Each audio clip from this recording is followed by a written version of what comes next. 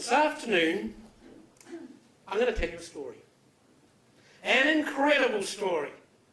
And what's more, I'm going to enjoy telling you because I'm going to relive it as I share it with you. So I caught the coach on the Friday.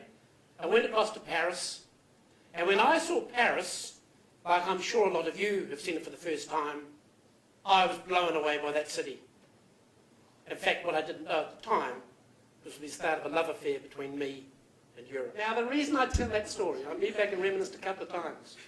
All through my personal and business life, I took risks. I took huge risks. Because I learned very early on, if you really want to exceed above the average, you've got to be prepared to give things a go. Take a risk. But every time I took a risk, I always made sure I had a fallback position. I made the mistake 3 times until I woke up one day and realised there's no substitute for quality. That was to be another turning point. I sold the 3 Bedford Dungers, I sold all the minibuses, and I bought my first Mercedes-Benz coach, the very best. The passengers loved them. They didn't break down, they were comfortable, and the crews looked after them as though they were their own vehicles. And from that point on, everything I did was quality.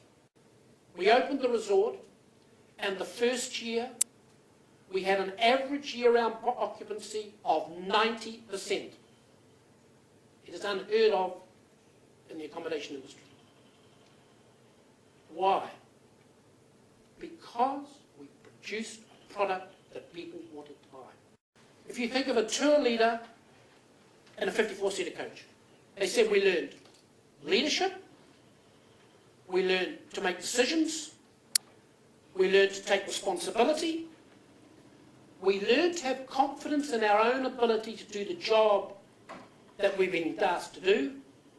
But they said there's one thing more important than the other 4 things put together. They said we started to learn how to communicate and get on with people. And you know, that's what life is all about.